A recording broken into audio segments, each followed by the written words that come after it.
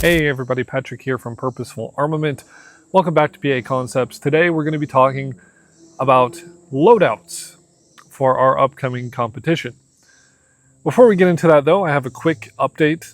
Tennessee Brutality is no more. It is going to now be called Tennessee Exodus.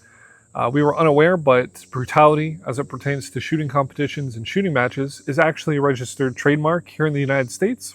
So the trademark owner reached out to us, asked us to kindly stop using the name Brutality. Obviously, we are obliging. So, Tennessee Exodus, that's so cool. But yeah, I think the name is good. And we're going to move forward. So, everything from now on is going to be Tennessee Exodus. So, don't be alarmed if you're looking at your practice score and you're like, what the heck? What is Tennessee Exodus? I signed up for Brutality. It's the same thing. Nothing is changing in terms of how we're designing the event. Nothing is changing. Only the name is changing. And I think that's where we'll leave it. Anyways, loadouts. I've had a couple of people ask me about what guns and gear they should bring to this event. First of all, it's really hard to define a specific loadout or gear or even guns that you should bring for an event like this, because there is so much variety. There's so much variance in what you could bring. Two people could have the same situation put in front of them and bring two totally, completely different loadouts. So instead of trying to make rules that allow or try and force a specific loadout, we've made our rules very broad.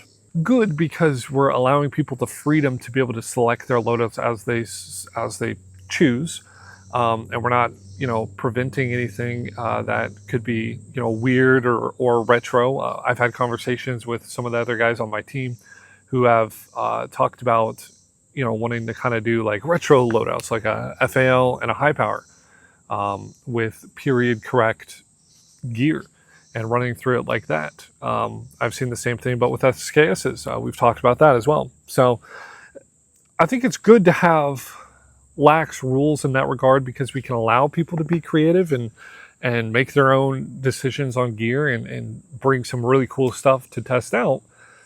But at the same time, it's bad, because there will be people who come to this event and they will bring the absolute bare minimum of what they could possibly use just to get through the event, and be as light and as nimble as possible.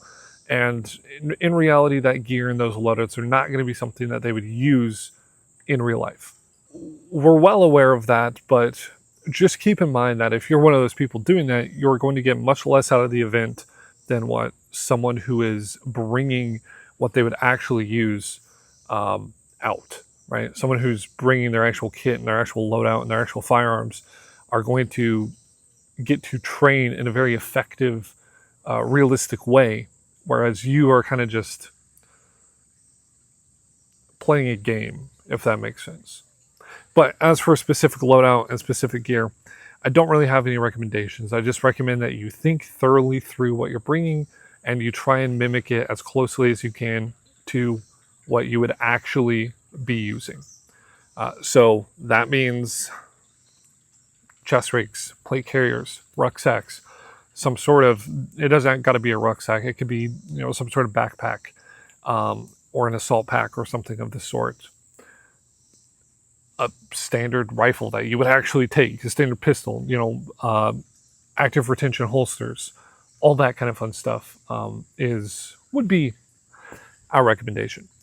But of course, there's nothing in the rules that's going to stipulate what exactly you should do. And like I said, it's different for everyone.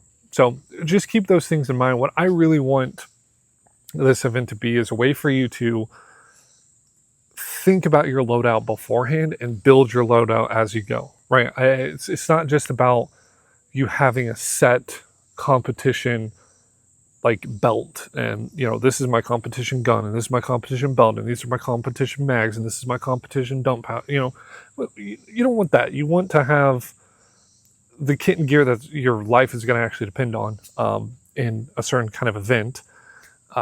You're going to want that.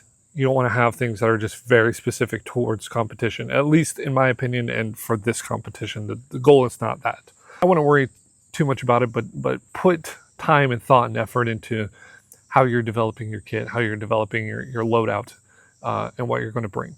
You know, just make sure that you're considering those things. And yeah, it's going to potentially hinder you a little bit. There's going to be people who maybe are running tiny little backpacks, and you're going to have a big rucksack. It's hard to be fair in the real world, right? So anyways, I think that that's basically it about loadouts. I know that I didn't really answer anyone's question. I didn't really go into very good detail on how you should design and craft your loadouts. But hopefully this was enough to kind of like point you in the right direction and point you in the right thought process for developing what you're going to bring to Tennessee Exodus. I almost said the bad name, sorry. So yeah, anyways, any further recommendations that you guys need, any further information, you're more than welcome to, again, reach out to us via our email. We'll have that in the description below, on our website, wherever. Make sure to read the rules, though, as you're developing your loadout. Don't bring stuff that's not safe. Don't bring stuff that's going to violate the rules in any way. But, you know, have fun with it, but also try and stay very practical and very purposeful about it. So hope you guys enjoyed this video. We will put out more content as we get closer to Tennessee Exodus, and I will see you in the next video. Remember, stay armed. Hoo-ah!